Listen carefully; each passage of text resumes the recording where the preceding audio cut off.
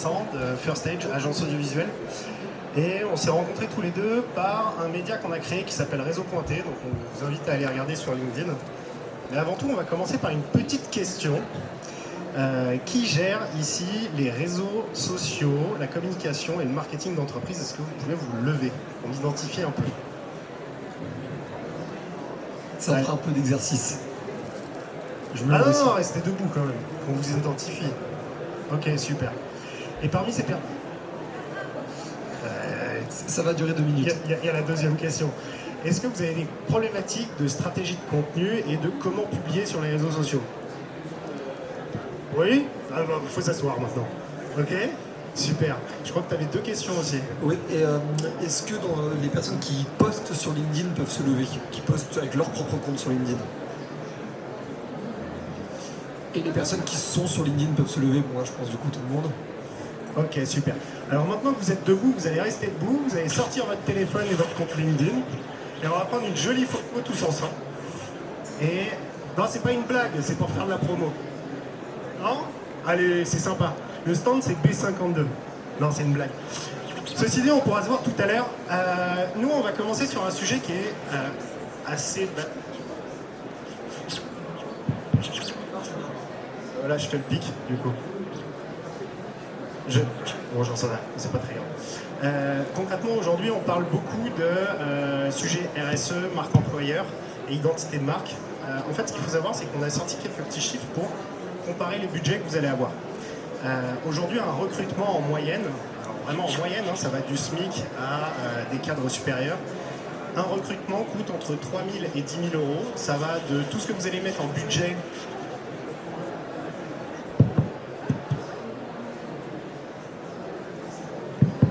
Voilà, ce sera mieux comme ça. Ça part de tout ce que vous allez mettre en budget, par exemple, sur de l'AD sur LinkedIn, à votre exit du collaborateur.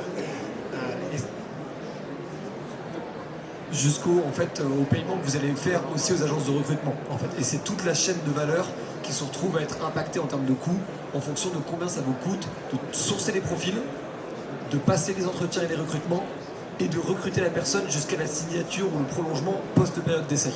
Et en fait, toute cette période-là est incroyablement coûteuse et en plus énergivore d'un point de vue humain et d'un point de vue de temps de ressources de boîte.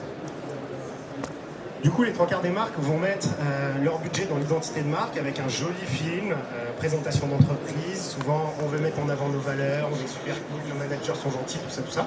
C'est très très bien. Mais en fait, l'algo des réseaux sociaux fonctionne pas du tout avec ce type de contenu. L'idée, c'est d'avoir des contenus qui sont réguliers.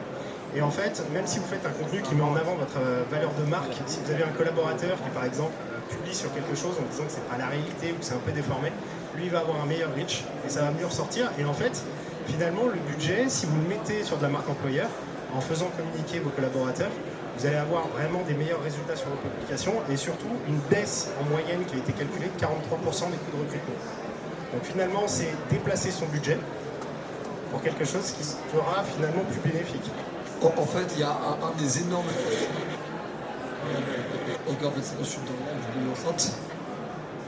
Un des énormes sujets qui sous-tend en fait tout ce qu'on dit, c'est le fait qu'aujourd'hui, on est un peu à l'ère de la fin de ce que beaucoup de gens appellent, ou ce qu'on appelle, en tout cas, c'est vraiment insupportable, ce qu'on appelle nous, dans tous nos métiers, le corporate au chiant. Et le corporate au chiant, en fait, on peut le résumer de manière très très simple, c'est tous les contenus, quand vous les regardez, vous esquissez un petit sourire en vous disant « jamais ce truc-là correspond à la réalité que je vais vivre ». Et le problème de ça, c'est qu'aujourd'hui, la compétition est devenue aller sur un autre terrain, aller sur le terrain de l'authenticité. Mais en fait, l'authenticité, il ne faut pas le voir comme un truc qui est l'absolu gage de vérité totale et de la réalité d'un travail. En fait, il vient juste du fait d'arrêter de faire semblant que la réalité d'une entreprise, c'est une pub lisse de moins d'1 minute, ultra design, pensée par les plus grandes agences de com. Et aujourd'hui, ce genre de publicité ont prouvé être moins performantes que potentiellement des user-generated content, des contenus générés par les utilisateurs, notamment des collaborateurs. Aujourd'hui, le meilleur endroit pour le faire, évidemment, c'est LinkedIn parce que c'est le réseau social professionnel, mais il y a aussi des campagnes que nous, on a menées en tout cas, qui ont été incroyablement performantes sur TikTok, notamment pour les questions de jeunes collaborateurs. Évidemment, c'est pas pareil dans toutes les industries. Mais je prends l'exemple des industries tech. Il y a eu des résultats sur Twitch et Discord exceptionnels en recrutement, là où des grandes boîtes pataugeaient en essayant de recruter sur LinkedIn des profils qui n'ont même pas de compte LinkedIn. Et en plus, tout ça avec des choses dédiées, avec des images qui éloignent énormément la jeunesse. Mais le truc, c'est que ce shift qu'on appelle de génération, un shift générationnel, en fait, tout le concept de ça, c'est qu'il n'est plus générationnel. Aujourd'hui, c'est une quasi-totalité de la population qui préfère des contenus qui sont authentiques ou qui ont l'air authentiques que des contenus qui ont l'air incroyablement léchés. Certaines industries gardent cette approche-là. On peut penser aux fonds d'investissement, aux cabinets d'avocats. Et c'est probablement une très bonne idée parce qu'il s'agit là, pour le coup, de deals qui sont en millions ou en dizaines de millions. Et la population qui signe ce genre de deal ou qui signe ce genre de contrat et de CDI ont, pour le coup, l'habitude et la volonté de garder cette approche-là incroyablement statutaire. Aujourd'hui, pour des entreprises qui sont très grandes et qui recrutent des gros volumes, ça ne fonctionne plus. Et ça ne fonctionne plus aussi parce qu'en fait, il va y avoir, même les gens qui vont être intéressés par l'offre d'emploi, il va y avoir un décalage entre ce qu'a promis le branding autour de la marque, autour de l'emploi, et ce qui va être la réalité de cet emploi-là. Si on montre des trucs ultra design technologiques parce qu'on est une boîte moderne et qu'on débarque dans une boîte dont les bureaux sont pas modernes, dont les gens sont très sympas mais en fait ne sont pas tous des énormes geeks, il y a aussi un désalignement en fait entre ce qu'on a vendu aux futurs collaborateurs et la réalité de son quotidien. Et ce désalignement-là, en fait tout le principe c'est de dire que c'est frustrant pour tout le monde, certes, mais c'est tout, il coûte cher. Et c'est ça le plus gros problème pour une boîte. Vous avez sûrement entendu l'expression « on est à la recherche de talent ». Un talent, ça se séduit, ça ne s'achète pas. Donc déjà, ça, vous pouvez l'intégrer dans votre communication. Une identité de marque, on va avoir un ou deux contenus et il faut que ce contenu vous représente. Et par contre, derrière, ce qu'on va avoir comme enjeu sur la marque employeur, ce qui est important dans la marque employeur, c'est le mot employé quand même qui ressort très très fort, donc il faut être centrique là-dessus, et c'est le RSE. Le RSE, c'est pas que du greenwashing, et on va y venir, c'est aussi tout ce qui tourne autour de la responsabilité sociétale des entreprises. Donc ça va être les collaborateurs et qu'est-ce qu'on peut faire pour l'insertion.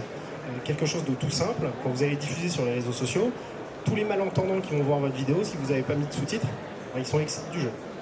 Donc juste déjà, le fait de mettre des sous-titres, vous allez gagner là-dessus, et les algos aussi favorisent ce type d'initiatives qui sont prises. Deux exemples qui sont assez frappants.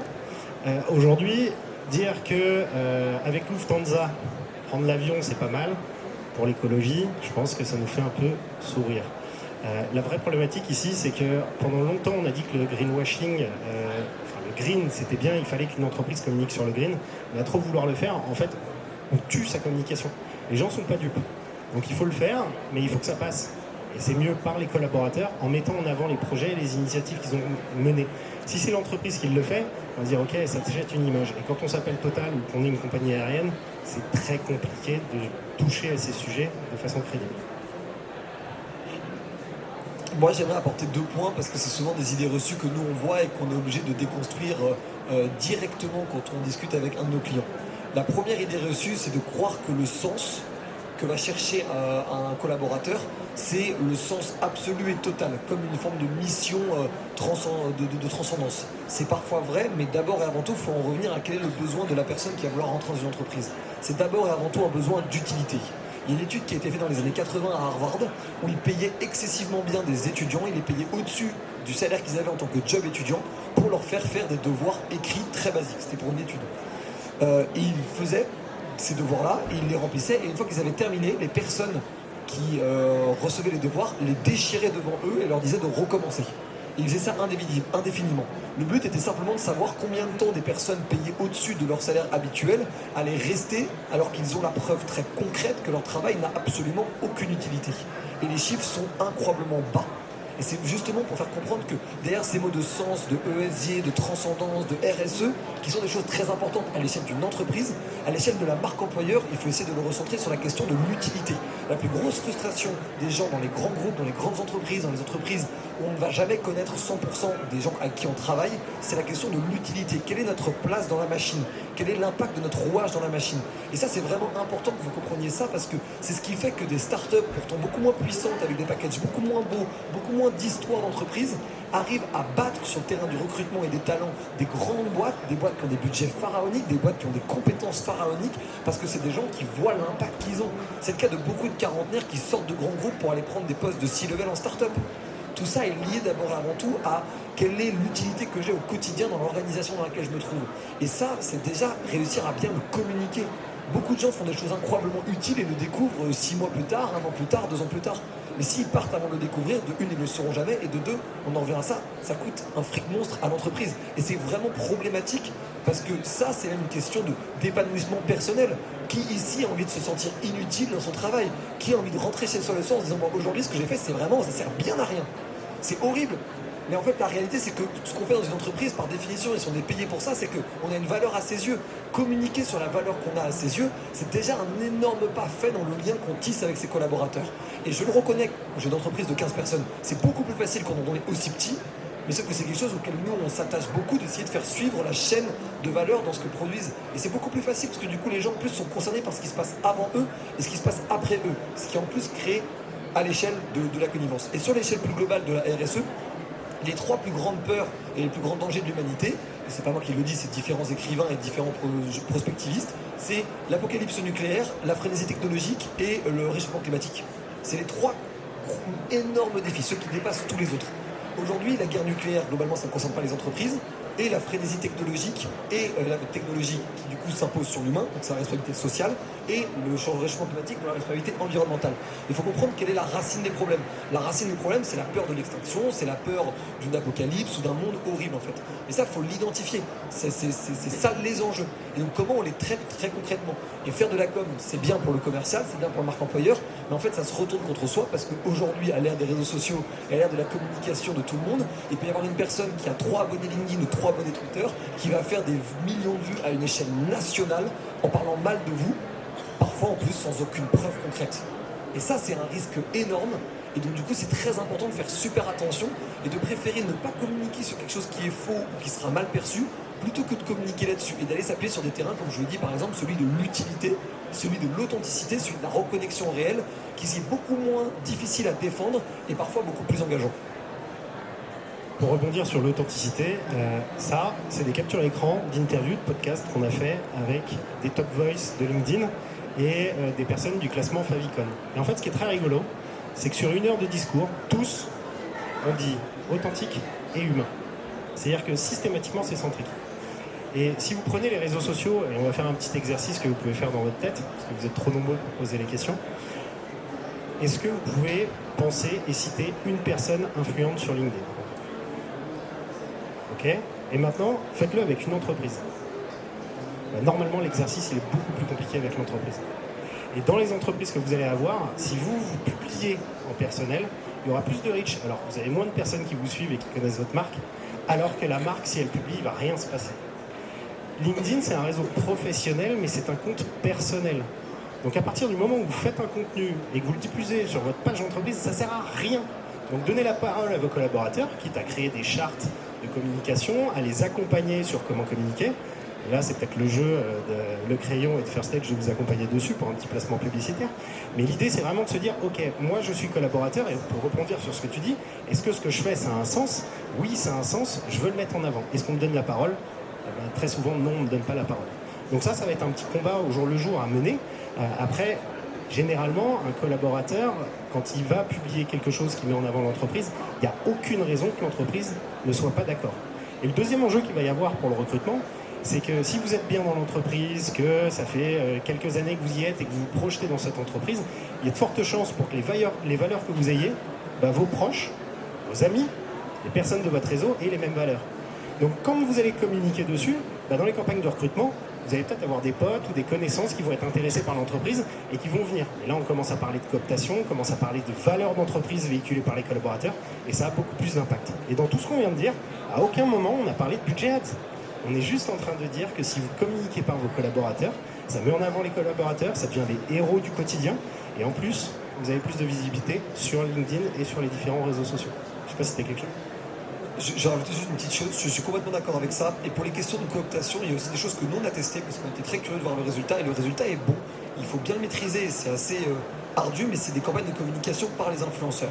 Et par influenceurs, j'entends pas télé-réalité, on parle de recrutement évidemment. Mais il y a beaucoup d'influenceurs, je pense notamment au domaine de l'IT ou du marketing, qui sont des influenceurs à centaines de milliers, voire millions d'abonnés sur des domaines aussi nichés que ceux-là.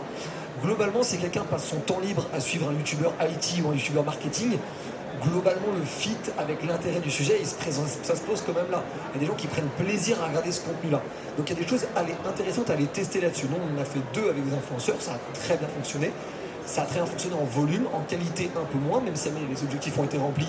Il y a une grosse différence entre le volume et la conversion réelle, mais c'est des profils qui sont très très difficiles à aller capter ailleurs, parce que c'est des profils, notamment en marketing et en IT, où ceux qui sont formatés par des écoles sont doués et font le service minimum, mais ils ont du mal à aller chercher autre chose, à aller chercher de l'originalité, à aller chercher justement cette question de talent. Et cette question de talent, de plus en plus, elle se fait en ligne, elle se fait par des gens qui se sont parfois formés en autodidacte, et ces gens-là aujourd'hui, c'est des freelances, quand ils sont bien développés, qui gagnent 5, 10 000 euros par mois, mais ces gens-là, si on les prend 1 an ou 2 ans par avance, ça aurait pu être vos collaborateurs si vous les aviez trouvés. Et ces gens-là, vous pouvez aller les chercher aussi par des canaux originaux, comme ceux de s'appuyer sur des leaders d'opinion en créateurs de contenu, mais également, et c'est ce que tu disais Vincent, également par la cooptation, mais la cooptation à l'échelle d'un recrutement de 100 ou 200 personnes par an, c'est pas raisonnable de réellement le penser comme ça. En revanche, par les réseaux sociaux, ça permet de faire du volume dans la cooptation. Et donc du coup, on arrive à remplir les 2 objectifs en même temps. Alors là, c'est très bon, on est en train de vous dire qu'il faut prendre la parole en public. C'est pas quelque chose de facile. Très souvent, on se dit, putain, je vais faire une publication, ça va faire un vrai bid, je mets en valeur mon entreprise. Alors, c'est faux. C'est-à-dire que même s'il y a peu de gens qui le voient, ça va être votre réseau.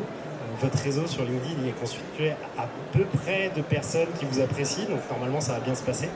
Mais il y a aussi quelque chose qu'il ne faut pas oublier, c'est que quand vous voyez un influenceur, par exemple sur LinkedIn, qui fait un post qui fait des milliers de vues, vous n'allez peut-être pas faire le même post, mais par contre, vous pouvez aller sur son post, faire un commentaire constructif qui va dans le sens de ce qu'il a publié. Vous n'êtes pas à l'abri qu'il y ait peut-être 10, 20 likes sur ce commentaire. Alors c'est ridicule, mais en fait 10, 20 likes sur un commentaire, vous remontez dans les commentaires et vous êtes mis en avant en visibilité. Donc c'est aussi des choses que vous pouvez tester parce que au pire des cas, si ça ne fonctionne pas, votre commentaire il est noyé, personne ne le verra, mais vous pouvez déjà vous exercer à ça et commencer à travailler dessus. Pour la suite, on vous avait préparé quelques exemples. Alors, vu la technique, on va essayer, mais... Ah, voilà. Donc ça, c'est différentes actions de communication qu'on a menées pour des entreprises pour vous montrer ce qui est possible de faire. Donc là, c'était pour Sanofi. Sanofi a mené sur 1 an des actions de RSE, donc ça peut être du recyclage ou des choses plus avancées. Et en fait, ce qu'ils ont pensé à faire, c'est faire une petite vidéo qui mettait en avant cette innovation en expliquant ce que chaque collaborateur a fait dedans.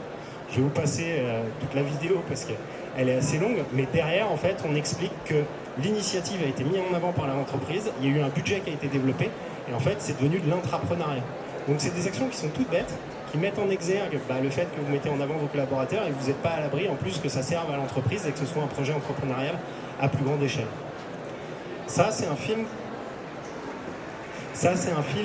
qu'on a réalisé pour la marque employeur. En fait, c'est une société qui est un leader dans le domaine paramédical. Vous allez en pharmacie, vous êtes quasiment certain de tomber sur du Tuan. C'est super, on communique sur Tuan, on voit Tuan, mais finalement, les milliers d'ouvriers qui sont derrière et qui fabriquent ces éléments, ils n'étaient pas du tout mis en avant. Et aujourd'hui, travailler dans des conditions d'usine, c'est super dur.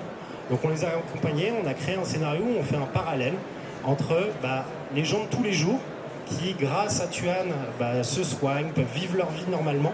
Et en fait, les héros qui sont derrière cette peine qui est soignée, c'est les ouvriers. Et tout le film, c'est un montage alterné entre ces 2 valeurs en montrant que les 2 ne tiennent qu'à un fil et que si vous ne mettez pas en avant vos collaborateurs, vous ne racontez pas la réalité de l'histoire. La voix off, elle est tout à fait simple, elle est dans ce champ lexical, mais ça permet vraiment de communiquer dessus. Et c'est tellement fort que tout le monde s'y retrouve. Et derrière, dans votre campagne de recrutement, c'est beaucoup plus facile. Après... Un mini-mot là-dessus aussi, parce qu'il y a un sujet derrière tout ce qu'on dit, c'est que tout ce qu'on décrit sont des logiques d'acquisition, certes, mais sont des logiques d'acquisition au service de la rétention. Parce que ce qui coûte le plus cher, en fait, c'est le churn, c'est le taux de désengagement, en fait. C'est le fait d'arriver quelque part et de se casser au bout d'1 an ou 2 ans. C'est ça qui coûte le plus cher, fondamentalement. Et sauf que nous, du coup, on essaie de se poser la question de comment on réussit à faire de l'acquisition qui est au service de cette rétention. Parce que cette rétention, de toute façon, c'est ce qui va être le facteur clé d'économie de coût et de performance de boîte. Et donc du coup, tout ce qu'on vous montre et tout ce qu'on essaie d'expliquer, c'est justement de comment créer une acquisition qui ne va pas provoquer derrière une rétention. Et c'est ce qu'on peut trouver même parfois dans des domaines qui n'ont rien à voir avec le recrutement, comme des applications au consumer ou autres, où on va avoir énormément de gens. C'est ce qu'on fait par exemple pour faire des concours. Il y a beaucoup de gens qui commandent, beaucoup de gens qui likent, mais combien de gens qui s'intéressent vraiment au sujet. Et c'est pareil quand on loupe une campagne de communication pour recrutement. Beaucoup de CV, beaucoup de gens qui ont l'air intéressés, mais combien de gens qui resteront réellement 5 ans ou 10 ans? Très très peu. Et c'est ça justement le but. Et pour rebondir sur ce que tu dis, elle n'est pas belle cette vidéo interview de clients. En fait, on a décidé avec Alliance de ne pas mettre en avant les clients. On allait faire des vidéos interview des collaborateurs et on demande aux collaborateurs qu'est-ce que l'entreprise a fait pour toi, pour te simplifier la vie et pour mener des actions qui te sont chères. Donc ça peut être cher sur des problématiques RSE, sur des problématiques de bien-être au travail. La première personne, c'est une grande sportive. Elle adore son taf et elle adore le sport. Souvent c'est difficile à concilier. Ils ont mis en place tout un planning pour repenser ces périodes de travail et les deux sont super contents parce que le collaborateur est épanoui et parce que ça avance. Donc ça, c'est des actions qui sont super simples à mener. Là, effectivement, c'est très léché, c'est très joli, mais à moindre échelle, juste avec des petites web TV que vous créez au sein de votre entreprise, vous pouvez mettre ça en avant. Et aujourd'hui, il y a un sondage qui a été demandé, enfin un questionnaire qui a été fait. 98% des demandeurs d'emploi disent qu'ils voudraient une vidéo dans l'annonce. Et pas n'importe quelle vidéo, une vidéo de collaborateurs qui sont dans l'entreprise. Parce que quand la marque parle, ça n'a pas la même puissance que quand un collaborateur parle. Et après, un élément qui existe depuis la nuit des temps, c'est le savoir-faire. Cette vidéo, c'est pour le centre de formation du cuir. C'est des gens qui ont une problématique d'insertion au monde du travail, pour différentes problématiques. Et en face, les maisons de luxe, elles ne connaissent pas vraiment la crise. Il y a toujours besoin de main-d'œuvre et c'est qualitatif. Donc ça prend du temps. Donc il y a besoin de former. La formation prend du temps aussi. C'est des sacs à main qui sont par exemple faits en usine, qui vont être dans des conditions qui sont relativement pénibles par l'humidité, la température. Putain, on fait une fiche de poste comme ça, mais personne postule. Par contre, on leur a fait une vidéo où on répond avec les codes du savoir-faire en leur disant, voilà, tu vas venir dans une entreprise où le monde du travail qui était compliqué pour toi va se transformer en un monde du travail qui va t'apprendre quelque chose, qui va te donner de la valeur et du sens, et où tes doigts vont devenir un talent. Et quand demain tu vas voir passer quelqu'un avec un Birkin, tu vas être capable de dire tu vois, moi je sais faire ça. Et tout de suite on valorise le collaborateur. Et donc du coup on vend plus du tout la formation, on vend ce que le collaborateur va devenir grâce à cette formation. Donc encore une fois on est focus centrique sur le savoir-faire et le bien-être du collaborateur. Pour expliquer ça, je pense qu'il n'y a pas de moyen plus simple que de dire que personne n'est devenu joueur de foot parce qu'ils ont vu des entraînements 6 jours par semaine qui duraient 8 heures et qui faisaient vomir certains joueurs à la fin. Ils ont voulu devenir joueurs de foot parce qu'ils ont vu une pleine lucarne en finale de Coupe du Monde avec une célébration devant un stade. Et c'est aussi le sujet en fait de ce que vous faites. Il y a différentes manières de montrer ce que vous faites. Il y a la manière de montrer de valorisante et la manière de montrer de manière pénible. Et ça ne veut pas dire qu'on ment, parce qu'on ne ment pas quand on voit un joueur de foot marquer un but devant tout un stade. En revanche, pour réussir à atteindre ce niveau de grâce, ce niveau de gratitude, il faut réussir à s'entraîner tous les jours comme un sportif professionnel. Et je pense que c'est important de voir ça sur cette vidéo où en fait tout le but c'est de dire que ok, les conditions elles sont difficiles, mais c'est pour créer des choses qui sont magnifiques. Et c'est ça dont quand on parlait d'utilité, quand on parlait de sens, c'est difficile parce que ça a de la valeur ce qu'on fait à la fin. N'importe qui est prêt à l'entendre. Déjà si on est honnête et authentique, on sait à quoi s'attendre. Et c'est beaucoup plus facile d'évoluer derrière plutôt que d'avoir une offre d'emploi qui est magnifique avec des petits smileys, etc. Et on arrive dans les locaux et il n'y a rien qui marche. Mais là, vous pouvez être sûr et certain qu'il ne va pas faire 6 mois. Ça va être un exit avant la fin de période d'essai ou au bout d'une semaine et tout le monde est perdant. C'est un échec pour l'entreprise, c'est un échec pour le collaborateur. Donc le but, c'est pas d'aller là-dessus et de valoriser le travail. Après, on peut vous en montrer pendant des heures. Moi, ce que je vous propose, c'est de faire un question-réponse si vous avez quelques questions ou si vous voulez échanger sur différents sujets. C'est là où on fait ouais, s'il vous plaît. Non, il n'y a personne. Bon, on peut se relever pour prendre la photo pour LinkedIn si vous voulez. Ou sinon, on peut se retrouver sur le stand B52 avec Valérand. Donc Valérand qui est du crayon, le média Le Crayon, le surligneur et le pinceau. En gros, on a monté un média et 2 agences qui fonctionnent dans la même entité qui s'appelle Le Crayon, le surligneur et le pinceau. Et le but, c'est on a créé le plus gros média de débat des jeunes. Et donc, du coup, on couvre énormément de sujets, ce qui nous permet vraiment d'être devenus des experts en opinion. Et cette expertise en opinion, on l'a recyclée de deux manières. L'une en faisant du personal branding et de la relation presse pour les entrepreneurs et les dirigeants, et de l'autre avec une agence d'influence, de création de contenu et d'intelligence économique pour les grandes entreprises. Merci beaucoup. Et puis si vous avez des questions ou vous voulez des infos, il y a plein de flyers sur le stand. Bonne journée.